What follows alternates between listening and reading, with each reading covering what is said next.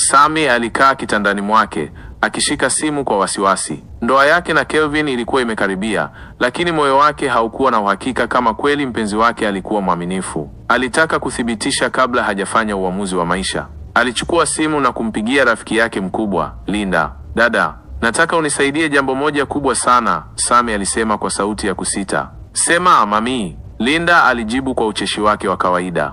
Nataka umjaribu Kelvin. Unajua, nione kama atanivunja moyo au ataniheshimu, Sami alieleza mpango wake. Linda alikaa kimya kwa sekunde kadhaa kabla ya kusema, una uhakika na hili, Sami? Unajua linaweza kuleta madhara. Lakini kama ananipenda kweli, hata ingia mtegoni, si ndio? Sami alisisitiza. Baada ya mvutano mfupi, Linda alikubali. Alianza mawasiliano na Kelvin kwa kisingizio cha ushauri wa kazi, kisha akajifanya kuhitaji msaada wake kwa mambo binafsi. Hakukuwa na haraka. Sami alitaka kuona uaminifu wa mchumba wake kwa muda mrefu kabla ya ndoa, lakini hakujua kuwa mchezo huu mdogo ungeleta dhoruba kali maishani mwake. Linda aliendelea na mpango wake kwa ustadi. Alianza kumtumia Kelvin jumbe za kawaida, mara shukrani kwa ushauri, mara mazungumzo ya utani. Kelvin kwa upande wake alionekana mchangamfu, lakini hakuwa akionyesha dalili zozote za kuteleza. Lakini siku zilivyopita, Linda aligundua kitu cha kushangaza. Kila mara walipozungumza, alijikuta akivutiwa zaidi na Kelvin. Alikuwa mkarimu, mwerevu na mcheshi, sifa zote ambazo Sami alikuwa akimsifia. Linda alianza kushangaa. Hivi inawezekana kweli Kelvin ni mwanaume mzuri kiasi hiki? Ilikuwa siku moja jioni Linda alipofanya jaribio kali zaidi. Alimpigia Kelvin simu, akijifanya ana shida ya kifamilia. Kelvin, naweza kukuomba kitu? Alimuuliza kwa sauti ya huzuni. Bila shaka Linda, sema tu, Kelvin alijibu kwa sauti ya kujali. Naweza kukuona uso kwa uso? Niko mahali na ninahitaji mtu wa kunifariji, Linda alisema kwa sauti iliyochanganyika na majaribu na hisia halisi. Kelvin alikaa kimya kwa sekunde chache kabla ya kusema sawa, nitafika. Sami, ambaye alikuwa akifuatilia kila kitu kwa karibu, hakujua kuwa huu ulikuwa mwanzo wa jinamizi lake mwenyewe.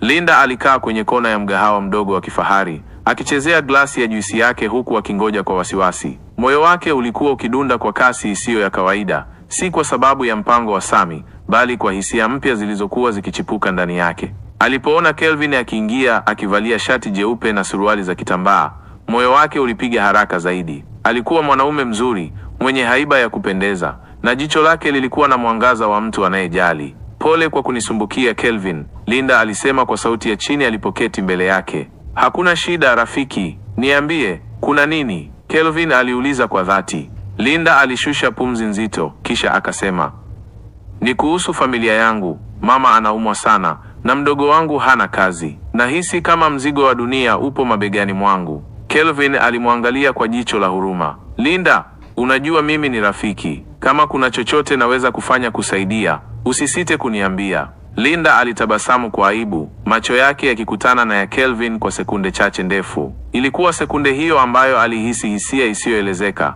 kama umeme mdogo ulivyopita kati yao. Hakutarajia jambo hili, lakini lilikuwa likitokea. Sami alikaa chumbani kwake huku akishika simu, akivinjari mazungumzo kati ya Kelvin na Linda. Alikuwa amepata mazungumzo yao ya kawaida tu, lakini alihisi kwamba hali ilikuwa inaanza kubadilika. Nahitaji kumharakisha Linda, Sami alijisemea moyoni. Aliamua kuwasiliana naye. Dada, umeshajua kama Kelvin ni mwaminifu au la? Linda alihisi mshtuko. Alikuwa ameanza kupoteza msimamo wake kwenye jaribio hili, lakini hakutaka Sami ajue. Bado natafuta uthibitisho mpenzi, alidanganya. Nataka uthibitisho wa kweli Linda. Fanya kitu kikubwa, angalia kama atashawishika, Sami alisisitiza. Linda alihisi moyo wake ukifinywa. Kila sehemu ya mwili wake ilijua kuwa alichokuwa akifanya hakikuwa sahihi, lakini kwa namna fulani hakutaka kusitisha. Kwa mara ya kwanza alihisi kuwa anajaribu zaidi ya kipimo cha Kelvin, alikuwa anajaribu moyo wake mwenyewe.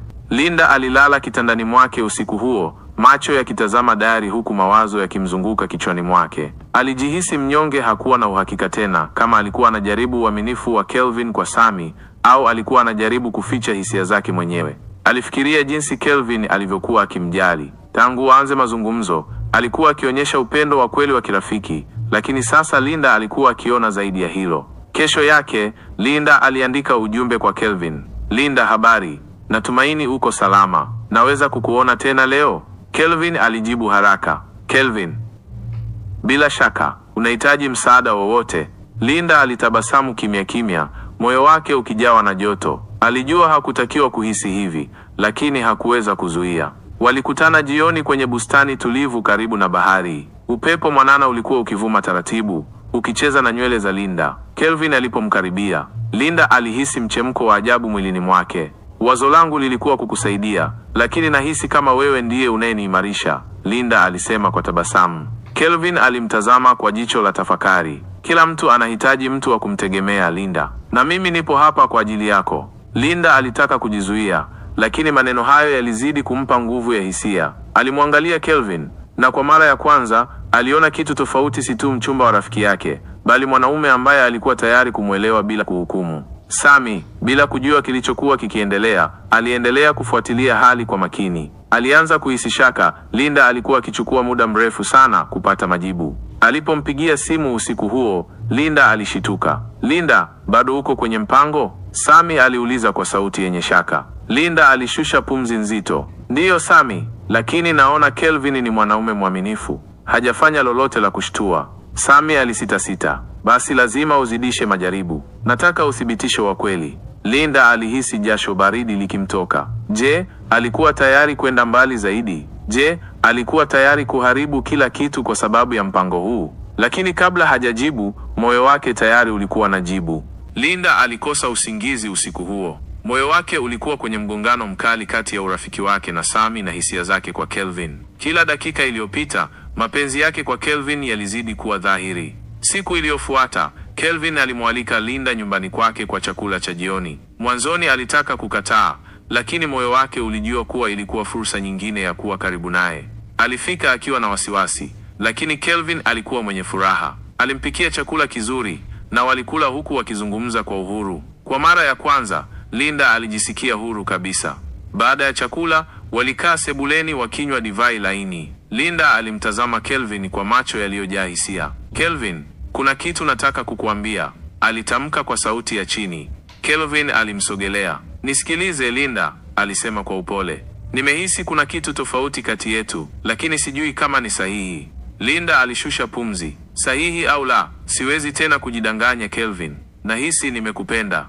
Kelvin alikaa kimya, macho yake yakimwangalia Linda kwa undani. Alikuwa kwenye mstari mwembamba kati ya uaminifu wake kwa Sami na hisia ambazo hakutarajia kuja nazo. Lakini kabla hajajibu, simu ya Linda ililia. Ilikuwa Sami. Vipi, umeshapata jibu? Sami aliuliza kwa shauku.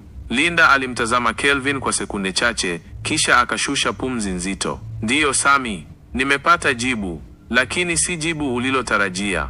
Sami alihisi mshtuko mkali. Unamaanisha nini Linda? Aliuliza kwa sauti ya wasiwasi.